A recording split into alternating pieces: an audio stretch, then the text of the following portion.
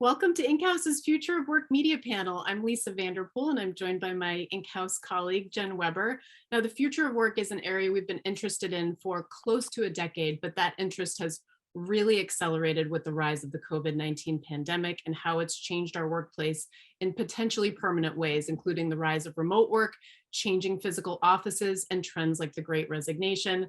And of course, new trends are constantly coming online. The latest that everyone's talking about is quiet quitting. You can actually buy t-shirts on Etsy that say quiet quitting. No comment on that from me. But thank you so much to our panelists for joining us today, our reporter panelists taking time out of their busy reporting schedules. We so appreciate it. So without further ado, I'm going to introduce everyone. Today we have Fortune senior writer Trey Williams, who writes extensively about work and life. We have Tara Weiss, a senior reporter at Work Life, which is a part of Digiday Media. We have Business Insider's Aki Ito, senior correspondent. Can't wait to talk to you about quiet quitting, and among other things. And then we also have Matthew Boyle, a senior reporter for Bloomberg's brand new Work Shift section, which we're super excited to hear about. Also, thank you to our audience for joining us today. And just a quick note for everyone watching, as questions occur to you, because I'm sure they will, you can throw those questions into our Q&A chat, and we'll be checking that, and we will try to get to most of those by the end of the hour as well. And now I'm going to kick it over to Jen Weber to kick off the discussion. Thank you, Lisa. Yeah, and I want to extend my appreciation for the panelists as well. And I actually want to kick off by just asking you each to maybe give me a little bit of a download, intro, background on your expertise area, your beat, and your experience covering the work-life section. Matthew, maybe we start with you since I know Bloomberg just launched its work-life section this week. I'll let you give you a chance to plug that, Sure, and then you can toss it to someone else. I totally appreciate it. I'm putting in the chat a little link to our brand new Work Shift vertical, which we literally just launched today. So I hope you all can check it out, sign up for the newsletter. But yeah, I've only been on this workplace beat for a little over a year. Most of my time in journalism has been spent covering retail and consumer products. So I did cover Walmart for a long time, which, as you probably know, is the nation's biggest private employer. So I have touched upon workplace issues, certainly, and Walmart is quite a bellwether when it comes to workplace policies. But yeah, I've been doing this now for 25 years, which blows my mind, all the way back to Fortune, as I was talking to Trey about. Also worked at Business Week before Bloomberg acquired Business Week, and then been at Bloomberg now for 12 and a half years, half of which in New York and half in London. So I'm happy to provide any sort of UK perspective if you need it. I'm also married to a Brit, so yes, I feel I sort of know that culture a little bit. But yeah, let me pass it on to the next person. Trey, you want to go next? Sure, of course. I felt like that was coming. Yes, so I am Trey Williams. I write about work-life balance and the future of work for Fortune's fairly new success vertical. And I too, I feel like a lot of journalists actually am fairly new to this beat, coming in right at the perfect time as the fervor is really kicking off. Before moving back to New York and working at Fortune, I was in Kansas City as the race and equity editor at the Kansas City Star. And before that, I was slumming around Hollywood covering film business. And before that, I was slumming even further in Wall Street covering media and entertainment companies. So I have some business reporting history, and now I'm having much more fun just sort of covering work life and the things that really we talk about every day with friends, family, which is part of the reason that I'm so excited about this topic. That's amazing. Awesome. Aki, over to you. Sure. Hi, everyone. My name's Aki Ito. I'm a features writer at Business Insider. Wait, I think we're supposed to call ourselves Insider now. I always get this wrong. I joined about a year and a half ago. Before that, I was a reporter and editor at Bloomberg for 10 years. I think in some ways I have been writing about work for a long time. At Bloomberg, I was an economics reporter for a long time. And after that, I was a technology editor. So I kind of, being based in San Francisco, Cisco, I ended up covering this like intersection of technology and the job market, which introduced me to this world of, I guess, the changing nature of work. And I remember, back in those days, like, I don't know, 2016, 2017, I got pitched a lot of stories about remote work, and I was like, oh, like that is never gonna happen. So it's been interesting for me as a reporter to, cover remote work now, given how commonplace it's become. It's almost kind of boring to talk about it at this point. Yeah, Business Insider, I write about the workplace and also the broader economy, mostly focusing on white collar professional work. Amazing. Yeah, we'll definitely have no shortage of questions about how much the work life has changed in the last 5 years. So more to come on that. And certainly last but not least, Tara. Hi, everyone. I'm Tara Weiss. I write for Digiday Media's vertical called Work Life. And I might be the oldest hat at this because this is actually my second go around covering the workplace. All the way back in 2008, 2009, I covered the economic implosion and how the employment fallout happened after that. So I was writing about really depressing things like how the world's biggest banks lay off, 20,000 people in 1 week. It was very much a service oriented beat. It was about, how to get your resume seen when they're doing something crazy, like, putting it through AI and searching for keywords, which is obviously now super commonplace. And had some stints in between at Adweek, and had some children in between there. And I'm now at Digiday doing the work life beat. It's such a different time to be writing about the workplace. I find that my stories tend to fall into the category of how work has changed as a result of the past 2.5 years, and all the ways that impacts us, whether it's working from home with your bedroom in the back, or going into the office and being offered a massage, or getting your hair blown out because your employers are trying to lure you back, and everything in between. That's amazing. Awesome. Well, then we can dive right in. I think we're going to start the first section of the questions of today's panel is about a topic I know you've all touched on in some way or another already, but the return to office and the whole debate around that. I think we all seen probably a recent Gallup poll said that 91% of employees want workplace flexibility, while most executives we're seeing want the return to office, and some doing it even to wanting it back to pre-pandemic levels, a full return to office. So we just want to get your thoughts. What are your thoughts on this dichotomy, reporting on it? What are you seeing some companies are doing, what they're doing wrong, how priorities have changed, any of that? Matthew, maybe we start with you. Yeah, thanks. It's not so much a dichotomy. I see this as a major disconnect. It's like this massive fault line running through most organizations right now. And it's creating all sorts of instability and distrust. And whether it's Gallup or the Future Forum or Nick Bloom's great work with his home research panel, all of our data and reporting points to the fact that bosses and workers simply don't see eye to eye on this issue. We've actually got a story out today on the latest data from Microsoft, which found that 85% of managers worry they can't tell if employees are getting enough done, while 87% of workers say their productivity is just fine. So Microsoft CEO actually calls this productivity paranoia, which is, I think, now going to replace quiet quitting as the new buzzword. And while this is great fodder for all of us as workplace journalists, it's actually, it's destroying organizations from within. So everybody wants flexibility, not only in where we work, but when we work, of course. But where do you draw the line, and do you draw the line at all? Part of the problem is managers who simply don't trust their employees enough to run a distributed workforce. And this isn't just a generational issue. This is not just boomer bosses who have this problem. Another big problem is RTO schedules and policies over the past year have been proposed, shifted, canceled, reimposed. It's sort of creating this whiplash effect where employees and even many middle managers don't know what to believe. And finally, I sympathize with managers a little bit because the shift to remote was so abrupt and so massive that it became difficult to even know where everyone even was on a given day, much less what they were doing. I mean, here's a stat for you guys. The share of HR pros who felt very confident they knew where the majority of their employees were working declined from 60% to 46% this year. I mean, that's insane. Less than half of the HR people even know where their workforce is.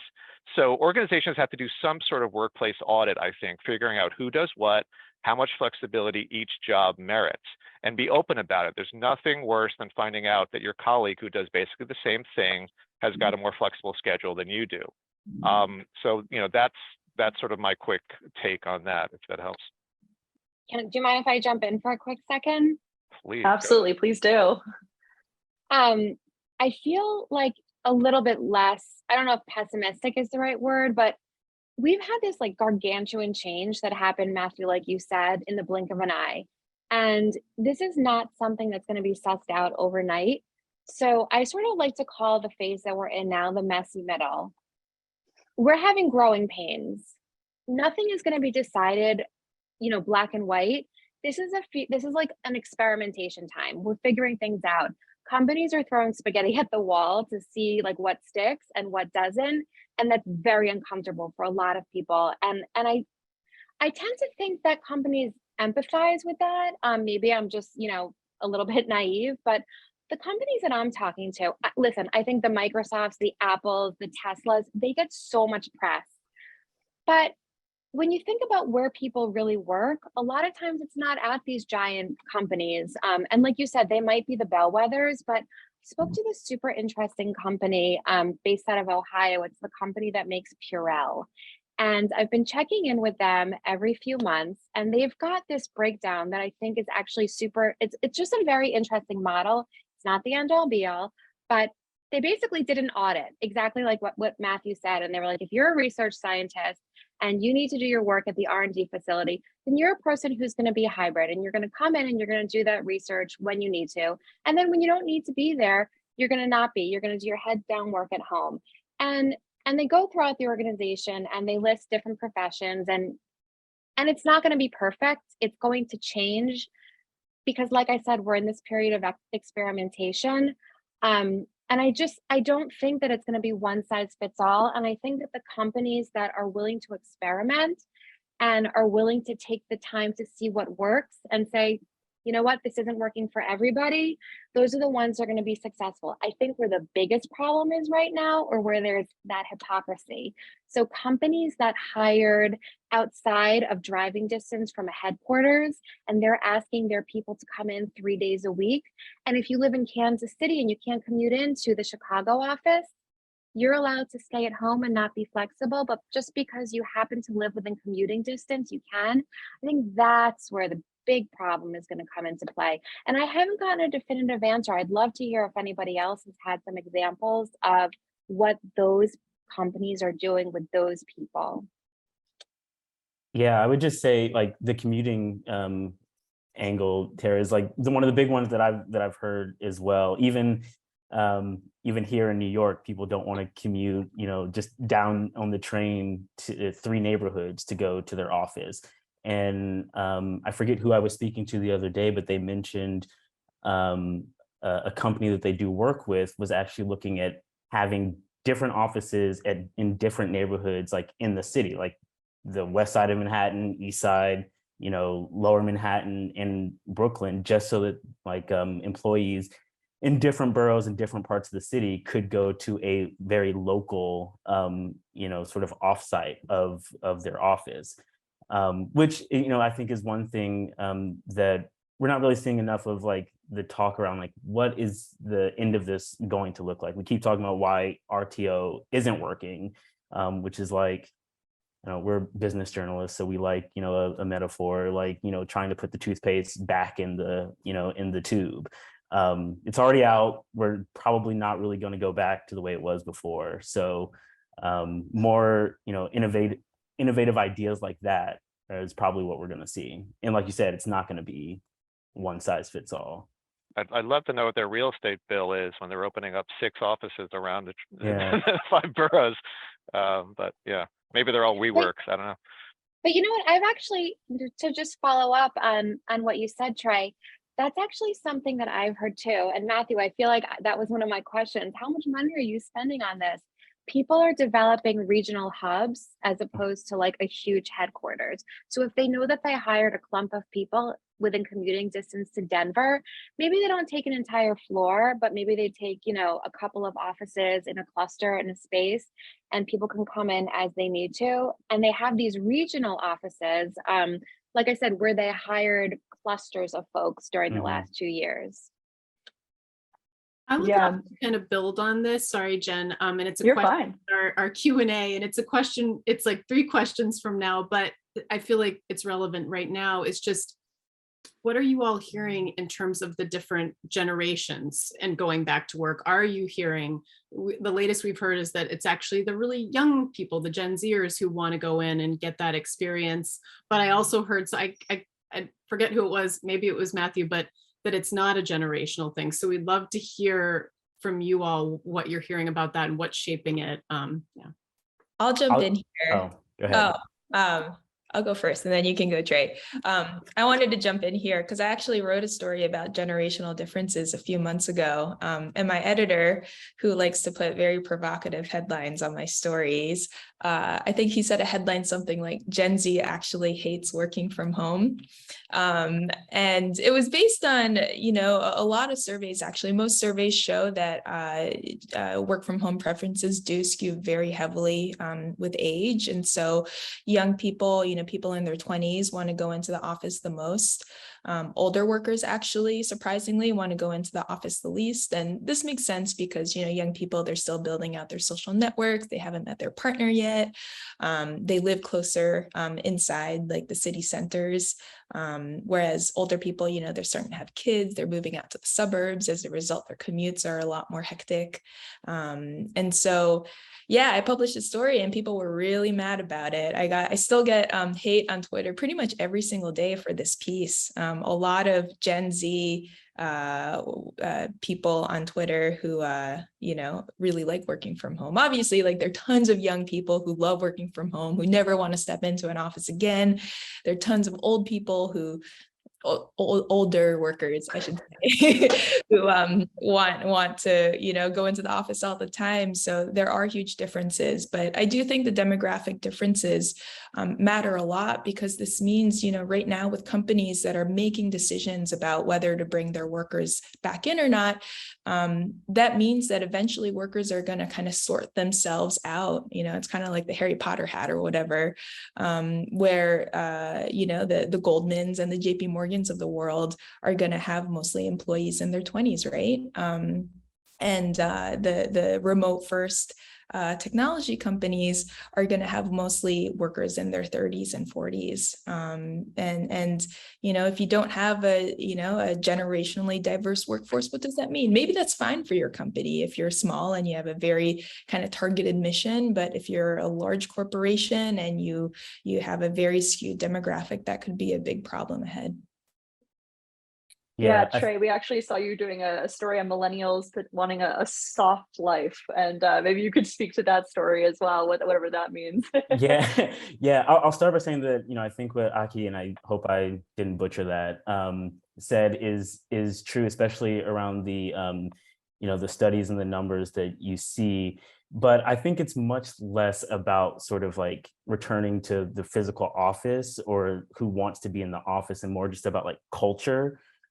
Because I think a lot of younger and newer employees, really what they're missing is sort of like mentorship, and they're missing that connection. They're missing, like you said, sort of the networking and making those, you know, early career friends that we all kind of hold on to throughout our career.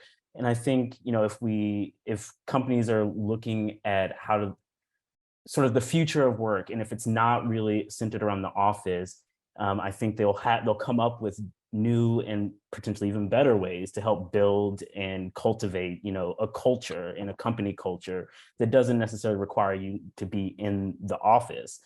So I think that's one thing. And then, you know, in terms of the soft life, which is also kind of in tandem with, the, and everyone cover your ears, quiet quitting debates and whatnot, really is just younger workers not sort of giving their whole lives over to their careers and to work, looking for opportunities to, have a job, earn their money, and like really invest more and put most of their energy in just like living their lives. So, I mean, for some that might mean being uber ambitious, and for others that means, working from home, logging on at 9, logging off at exactly 4:59 point, whatever, and going to happy hour. But I think it's like, sure, we have like very broad, generational, touch points and whatnot that we look at, but it's so nuanced and across the board. I mean, I work in an office where like I'm probably the youngest person who comes in regularly, and I'm there with like, the oldest serving member on the desk, who goes in 5 days a week. So, I don't think, I think one of the themes that we're going to get from this is it's definitely not, one size fits all. It's definitely not, this is the way that this, cohort or this generation is looking at it. Yeah, I agree. Yeah. I mean, I've seen all the surveys you guys seen, and we kind of like writing about these generational divides because we know they do get read, but just based on what Aki said about the sort of the heat she's getting on Twitter from the story she did. I mean, you could be young and hate your boss or hate the person who sits next to you, and you are not going to want to go in the office for that reason. Anytime you sort of, it's dangerous, I think, just to sort of overgeneralize, because you're also asking people what they think or what they feel. I'd rather focus on what they're actually doing than sort of, how they feel about this or that. But it's fodder, and we love writing about this stuff. And I thought Gen X invented quiet quitting. I mean, we did the movie Slacker, right? I mean, that started with us. So, hey. If I can just jump in really quickly and just like build on what you guys said, I think that you all had really good points. I think that, oh, look at that. My son's calling. He can call dad. Sorry. I think that there are points in time that people need to go into the office. And I think that that can sometimes line up with where you are in your career. So I can't remember which company I was talking to. I want to say it was an advertising company. And they were saying that for people who are young professionals, like new to the professional world, we're going to require that they come in for their first 90 days. And it's not going to be 5 days a week, but maybe it'll be 2 days a week. And we're going to have them sit next to people, learn through osmosis, and we're going to teach them. We're going to onboard them in person because we think that that's a very important milestone when you're first starting out in your career. Yeah, absolutely. I think that this actually comes together in a little bit of I want to get your take on this. So what do you think companies like the Apples, the Teslas, the the companies you were talking about, the implications of them having an enforced return to office policy? Do you think that they're going to ultimately lose some talent? They're going to alienate some generational groups? Or do you think the ones that, fully embrace hybrid work or letting people choose what they want to do will ultimately win the talent war? Well, I thought that what I'm sorry, did I pronounce your name properly? Close, Aki. Aki, I thought what Aki said was such a smart point, and that we're gonna, I'm sorry, my son's blowing up my phone. I'm gonna hop out. I'm gonna let you guys take it away. Yeah, I'll be right back. No worries. I'll jump in here. I mean, I Thanks, think, companies that are forcing a full-time office schedule that actually employ college-educated professionals, like they absolutely are bracing for a significant amount of attrition, especially 5 days a week. It's worth noting, actually, Apple is requiring employees to come in at least 3 days a week. So they're actually a hybrid policy. They lose a little bit less than a company like Tesla. There's some research that shows that the average employee values the privilege to work from home a few days a week as equivalent to about 7 to 10% of their salary. So that means that when you factor in inflation, rising market salaries, performance-based pay bumps, you have to give your employees like 15 to 20% raises. next year if you're, enforcing a full-time office schedule. And I'm not sure most companies can actually afford that, especially in the economy right now. That said, I think, we all talk about remote work, like everybody wants to do it, and that's actually not true. When you look at the surveys, most people actually have a preference against full-time remote work. Most people actually want that, social interaction in the office at least one day a week. And I think, kind of going back to our conversation about generational preferences earlier, it goes to show just how difficult it is for executives to come up with a plan that pleases everybody right now, because that is literally impossible. Everybody has very different preferences, and at the same time, as I've learned on Twitter, they feel really strongly about it, and rightly so. I mean, this is a big part of their lives, and so they should feel strongly about it. That means that whatever companies are doing right now, they're going to make at least some of their workforce upset, and they're going to make other parts of their workforce happy. And they just kind of have to make a choice at this point, and try to stick with it. And like Tara said earlier, maybe see how it goes, see it as a short-term experiment, and then kind of make their permanent plans later. Jen, you asked about Apple. Oh, go ahead, Lisa. Or was it Tara? No, I was just going to say, I keep hearing the same refrain over and over, and that piggybacks on what you were saying, Aki, and that's people are going to vote with their feet. They're either going to walk out or they're not. And right now, because of the way that the labor market is, they can do that because, there are so many jobs out there in certain fields to some extent. But what I was going to say before my son blew my phone up is that such a real life moment is that you can wind up having a very homogenized workforce if you gather the same people in an employer who all want to be in person, or who all don't want to be in person because maybe they're all 47 years old and they have 2.5 kids and a dog and they have to run around to soccer practice. It does raise the question of, are we going to be surrounding ourselves at a company with all the same types of people who are maybe in all the same demographics? It's just raises a very interesting question in my mind. Yeah, I was just going to mention on Apple, you mentioned about, is there policy forcing them to lose some talent? I mean, we know it is. In May, one of their top people in left for Google, and it was over their RTO policy. So, we know this has certainly happened, and we notice it when it's at that sort of higher level. So you wonder how many more people who aren't senior executives might also be impacting it. But I don't just think, the ones who go fully remote are going to get everybody. I agree with Tara that, fully remote is probably what not a lot of people want either. And you look at the numbers from Nick Bloom or whomever, it is, only 15%, I'm looking at his data right now, of all full-time employees are fully work from home. That's, much more are doing hybrid or in office. So, it's not like I get pitches all the time. You guys do probably as well. Oh, we're fully remote and we've got the happiest workforce and we're hiring everybody from evil Apple and evil Google. No, that's not the case. I mean, you want to go to a place where you can do great work, and flexibility is a big factor. But let's not forget compensation. We all forget about that. People still want to get paid. I know nobody wants to mention that, but a lot factors into where you want to work. People join companies and people quit managers is what I've found.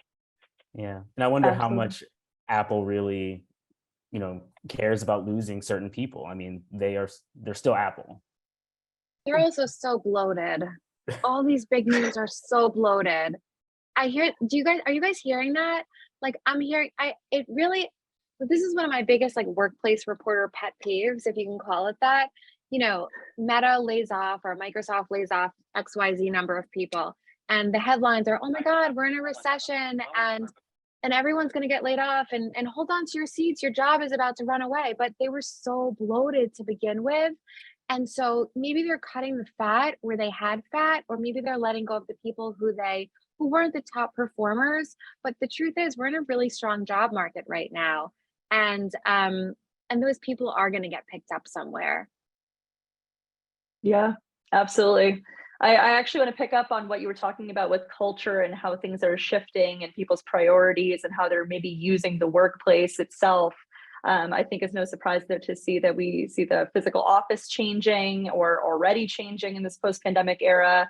Tara, I actually saw you posted a story today on phone booths and how they're changing in different different parts of the office. They're changing. Maybe you can speak to some of the things or some of the coolest or things that you think are just kind of a whole bunch of baloney that isn't going to actually resonate in the actual physical office landscape.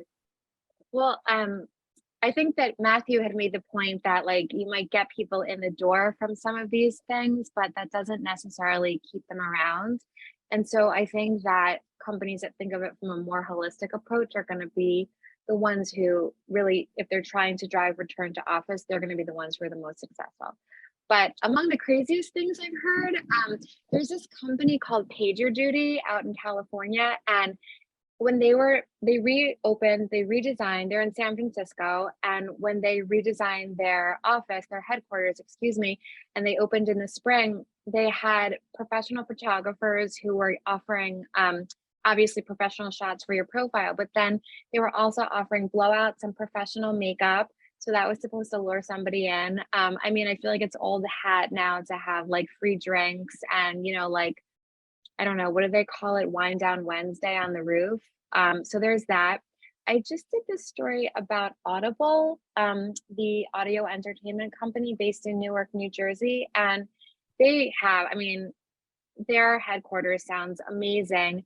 Aside from the fact that they've completely tried to integrate their branding into the physical workspace, everything from recording. So like someone will record some audio content and then the sound waves that produces, they made that into their wallpaper. I mean, just like really wild stuff. They have a medical center on site. And so you always have a physician's assistant who is available if you want to schedule your latest COVID booster shot. If you want to get a flu shot, they can do it in their medical center. They've created private rooms for nursing new moms if you want to have the option of going to do it in private, or if you'd rather talk with your friends while you're nursing, or excuse me, while you're pumping, you can do it like in a lounge. They have nap rooms for people who want to take a nap. They have meditation rooms. Those are some of the like more wild things, I would say, like on the spectrum of like boring to amazing. But I'd love to hear what everybody else is hearing. Well, that's crazy because I feel like for weeks now, every week, I've just been trying to pitch a story about office bathrooms and how if you improve office bathrooms, maybe people will come back. I don't know about everyone else, but this is taboo, but like our bathrooms have 1-ply toilet paper. Who wants to come into the office when that is the perk? So all of those other things are nice, but you know, make the bathrooms more comfortable. And we also, you know, snacks, just like good coffee, basic things, you know, also help get people back into the office. Trey is not asking for much. He just wants that double Not ply at all. toilet paper. Give me the Charmin. Give me the Charmin. I love it. So Tara, can I ask? Sorry, Tara. I was just going to ask about Audible. Do they have an in-house psychiatrist? Because I think it's mental health that's a much bigger problem right now than you know, than having a. It's great to have a doctor on staff, of course, or a registered nurse, but I don't know if we have a question about mental health in the workplace, but there's a topic worth diving into. Yeah, I mean, I didn't hear anything about a therapist, but as I'm sure you guys also hear, like all these companies are offering memberships to, is it called Talkspace? But they do have a bowling alley. So no therapist, but bowling alley. amazing. That'll do. Yeah. Yeah, here's a free month of Talkspace, even though, you know, that's not real. I think that's a Band-Aid for a gaping wound. I'm sorry. I agree. There's way too much token efforts on mental health right now, and it's a joke. Well, and A lot of, I'm sorry, go ahead. Well, I was just gonna, you know, say on this topic that I feel like that's one of the big, like, sort of forgotten and not talked about aspects of this whole return to office and productivity and all that. Not just sort of the mental health aspect of it, but the fact that we've just lived through 2+ years of a pandemic that has also seen war breakout, political and social unrest. You know, 6.5 million people around the, you know, globe dying. Like people have really like been traumatized for 2+ years, and forgive them a little bit if they don't want to come into an office 5 days a week, 7 to 7, put their head down and pump out however many, whatever your measurement of productivity is. So I think that this is a good transition. I think that's such a good point, Trey. We've been through all this trauma. Mental health has suffered. And so we're going to talk about everybody's favorite topic. Is that partly behind this quiet quitting trend? Let's talk about it. And Aki, I would love to maybe kick it to you first, because I know you have very provocative stories. You sort of, I know you wrote an article that sort of helped kick off the whole trend. Is this just phoning it in and it's been happening forever? What's behind this? Is it going to last? Is this going to inspire people to sort of not do a good job? I don't know, but definitely want to talk about this one. Sure. So, from pretty early in the pandemic, I was noticing, I think as a lot of people did, that people were having were really rethinking the role of work in their lives. They wanted to make it smaller. They realized that they were just working so much before and they don't want to live that way anymore. So I spent a lot of time pitching unsuccessfully to my editor, like a really big take on hustle culture, until I finally got him to agree to let me write like a 5,000-word essay about it. Eventually, it became a piece about the rise and fall of hustle culture. The rise, kind of starting around like the 70s and the 80s. I predicted the fall of hustle culture, during this pandemic. And once, I kind of finished that story, I wanted to figure out like what comes next, what takes hustle culture's place.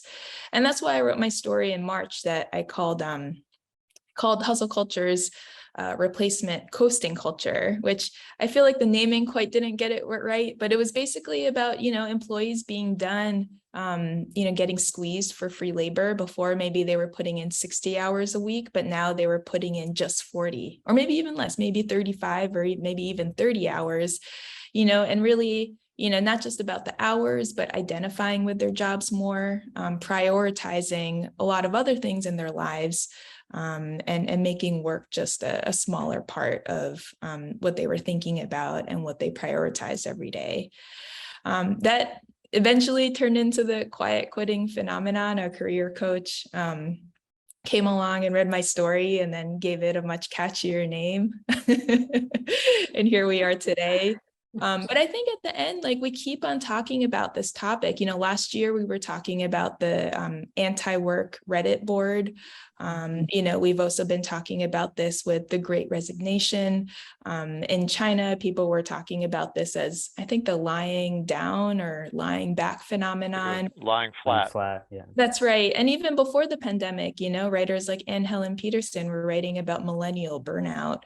I think we keep on talking about this, because as a culture, I think we came too far, really glorified work in a way that we all realized, especially during the pandemic, was not the right way to live for us. And so we're all kind of, groping around in the dark for a new model. I think that's why quiet quitting is really controversial, because it's new and we're all trying to find a new way to live. And that's hard. I don't know. I know everybody's sick of talking about this, but I love it because I think it's exciting that, we're trying to find a new way forward. And I hope that as a culture, we do get to a point where we settle on something that's healthier than what we had back in 2019. Anyone else want to weigh in? I mean, we could, but I think she pretty much nailed it too. Awesome. So I think we want to move to our rapid fire question section, which is not as scary as it sounds, but it's questions more about your work and how you're handling reporting during this time when so many of us are remote and kind of, you're reaching out to sources, I think, in a different way. So the first one is we'd love to hear about what, where your office is. Do you go into offices? What your return to work policy is for each one of you? And I think, Trey, we can start with you. Yeah, sure. The Fortune offices are down by the seaport. I live in Harlem, so it's about a 30 on a good day, 45-minute commute. I typically go into the office, 3 days a week, Tuesday through Thursday. I'm not there today just because the lighting here in my living room is better than the lighting in the conference rooms at Fortune. But yeah, I mean, I think at least for me, and the way that I work, I'm usually much more productive at the office. I can focus more, and maybe that is also just like a symptom of the fact that not as many people are coming into the office, so there's not as many people to chat with and huddle around the water cooler, or water fountain anymore. But yeah, and I think just like when one thing that has changed when like talking to sources and talking to people, especially about this topic and this work, it's always been has always been like a factor of just like the work of being a journalist. But I find our conversations just being so much more human, so much more just like transparent, and both like what kind of incorporating what like we're going through as well, since we also work and live and we're talking about work life. And yeah, to what Aki is said, it's just all around, it's all about just a lot more like sort of healthier relationship to the physical work and how we think about work, and what we put out there is my approach. Others? Obviously, Matthew, you are in the office. Are you in every I am, as you can see, but you see some empty desks behind me. There's I think 10 desks in my row here. Only about half, I think about half of them are filled. I mean, we're encouraged to come in 3 days a week. But we have a saying at Bloomberg, and you've probably heard it elsewhere in journalism, there's no news in the newsroom. So if you're not in the office, but you're out talking to a source, or you're visiting a factory, or, that is not just fine, it is encouraged. That is where you should be. I found it, sometimes it's when I'm in the office, I like to be catching up with people, taking advantage of the wonderful free snacks and coffee we have here, and making sort of more, talking about stories in depth, versus when I'm at home and I can maybe shut off the message pinging and all the notifications and just get some writing done. So I don't think I'm alone there at all, obviously. But that's how, but sometimes it's a little bit of luck. I think I was mentioning before the call that I'm in 3 days a week, and my wife's company, her policy is 2 days a week. So thankfully that works out, but I don't think it's probably not working out for a lot of people, and it's probably causing some stress within families, certainly, maybe more among working parents, but I think among everyone, even among roommates. If you've got 4 roommates, living in New York City, and you're all working from home, so so that can create issues as well. But anyhow, that's how we're approaching it here. Do you guys still have free soup at the Bloomberg offices? Is that soup every lunch day? Actually, they upgraded from soup during the pandemic to sort of nudge us back. So it was like today we had full salmon. It was nice. Yeah, come visit, Trey. We'll do an office swap, because I'd love to see what the new downtown office looks like compared to the Time Life building that I was in back in the day. That's so funny. Matthew, I know you were just talking about the news gathering process, and you're going in person, and you're going to meet some folks, checking out offices in person. How about everybody else? Are you back to meeting with sources and executives in person as you can, things like that? Yeah, I was supposed to go to the LinkedIn offices the other day, but forgot my proof of vaccination. So I hadn't seen or used that in months at this point, so wasn't able to do that. But definitely doing lunch meetings and drinks and whatnot again. Trey, I went to LinkedIn. I can tell you all about it. Sorry. Okay. Well, see, I'll have to come visit Bloomberg. Get some soup, and lots of phone booths. LinkedIn. Lots of phone booths. I moved out to Sacramento during the pandemic, and I'm saving a lot on rent as a result. And so I am back to in-person reporting, but the bar is pretty high for me to drive all the way to San Francisco just for like a 30-minute coffee chat. But I'm trying to put a real emphasis on in-person events right now. I really miss kind of the energy of being in a crowd and getting to, throw around ideas with a big group of people, bumping into news sources in the coffee line, that kind of thing. So if anybody has events in the Bay Area or elsewhere, please let me know. I might be interested. Oh, you're gonna get inundated now. Yeah. Oh, no. Be careful what you wish for.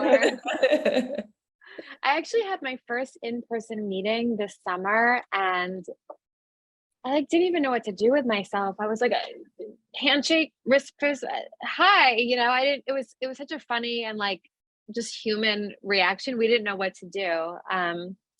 I will say Digiday does not have any office, and so we are fully remote, and I don't like it. It is not my preference. I think it's important to have a place that you can congregate, especially when, there's work being done in our apartment building. And there was one day that I had to go downstairs because there was so much drilling in our building. I had to work from my super's office. And so I was sitting downstairs in our building's basement with my dog, and we were working from the super's office because it was just untenable up here. Oh no. That's tough.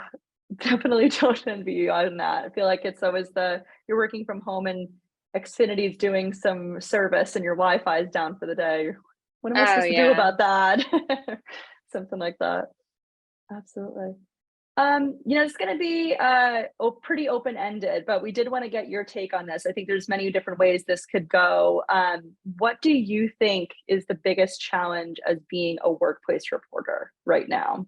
We'll just run the gamut. Trey, maybe we start with you. Oh man.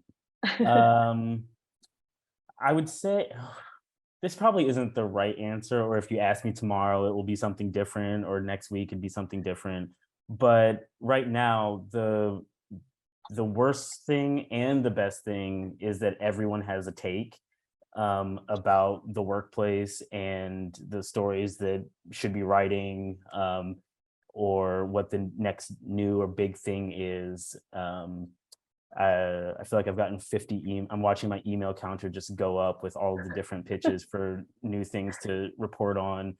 But also that means that, if I'm out at a happy hour and run into, some stranger or something, maybe they do have an interesting, take, or whatever they do for a living. There is something I hadn't thought of in terms of, work life before. So it's kind of it's good and bad. Yeah. How about the rest of everybody? I think it's the same challenge I've sort of always faced as a journalist, figure out what's a fad versus what's a trend and lasting. I thought it was a challenge when I was writing about consumer brands and companies like, retailers like Walmart that everybody has an opinion on. Sometimes an editor would say, oh, I went into Neiman Marcus and the customer service is horrible. We got to write a story about that. And I said, that's not really, that's an anecdote. That's not really a trend. But of course, this is the workplace. Everybody's, got a job and a boss and coworkers and something to say about it.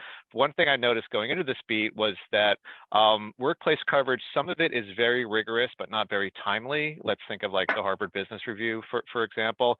And some of it is, pretty timely, but not that rigorous at all. And sometimes veers into pop psychology, which I think so I'm trying to sort of navigate a line down the middle there and really be guided by the data. Although the data in some cases can be backwards looking. I mean, if you're relying on the Labor Department stuff, sometimes you might be missing a trend that hasn't shown up in the jobs numbers yet, but is actually happening. Yeah. I think I know. piggyback. Oh, go ahead. No, go ahead. No, I was just going to piggyback on that and say, I think it also depends on who your audience is.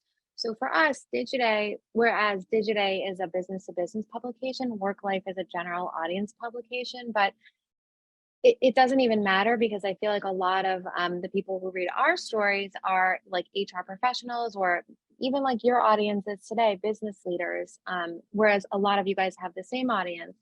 And so I think that if we can provide some examples of what are best practices and worst practices, or just practices, this is what people are doing, this is what they're thinking about right now, and maybe it sort of will serve as an example or almost like a case study.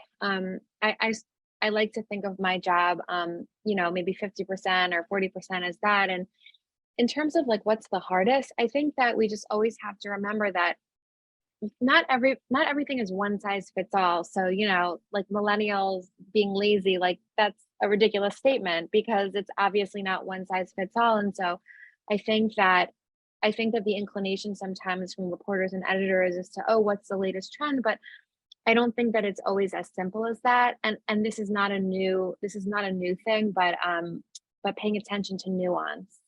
It's all in the nuance. Absolutely. Aki, any other thoughts?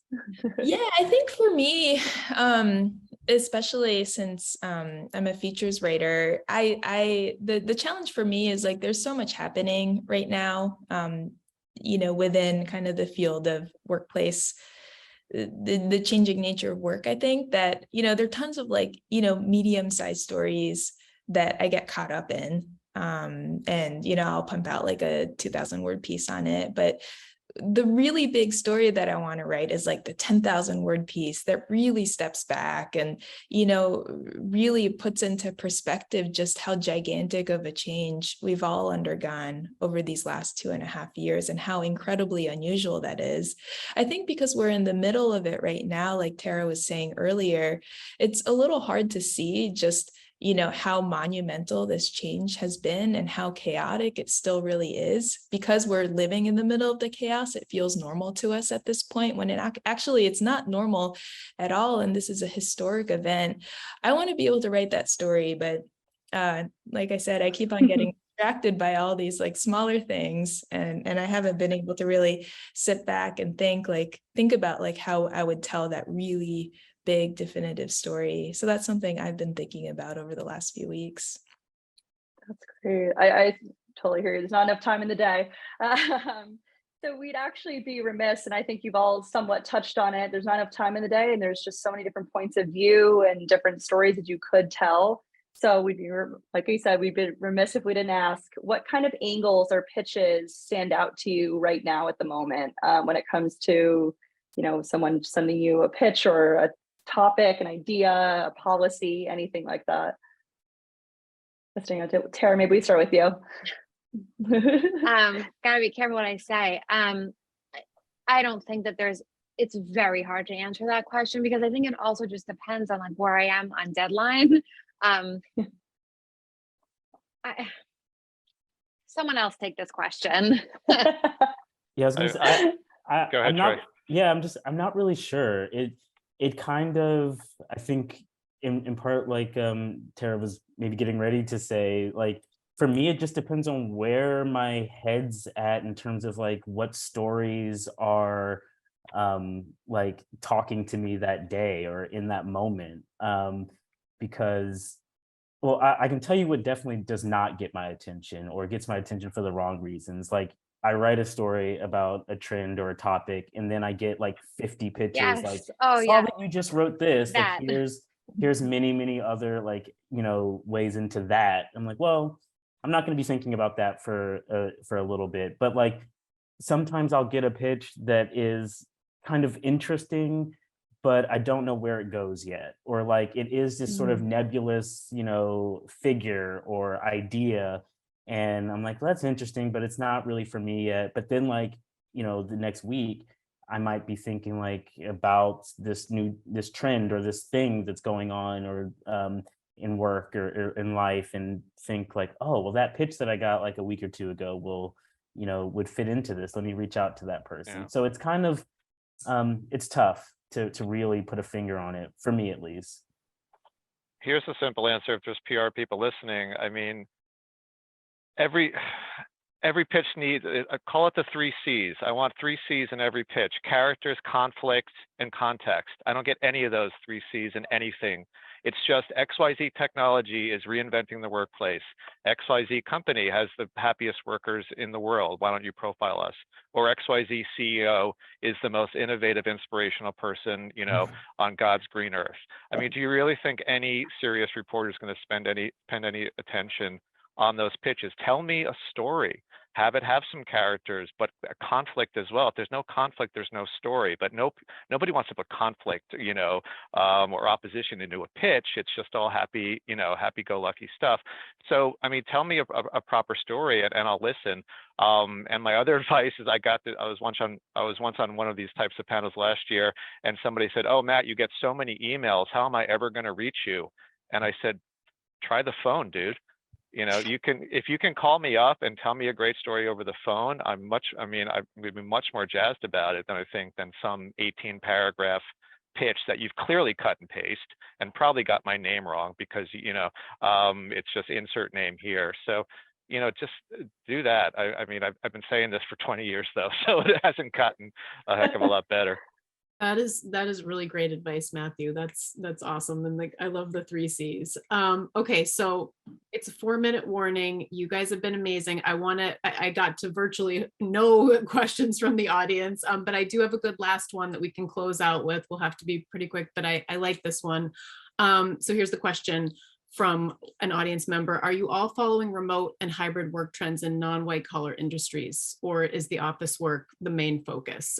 Thinking of how essential workers and other traditionally in-person workers have adjusted policies or working hours to retain talent. Would love to hear if this is something that you all are reporting on or not.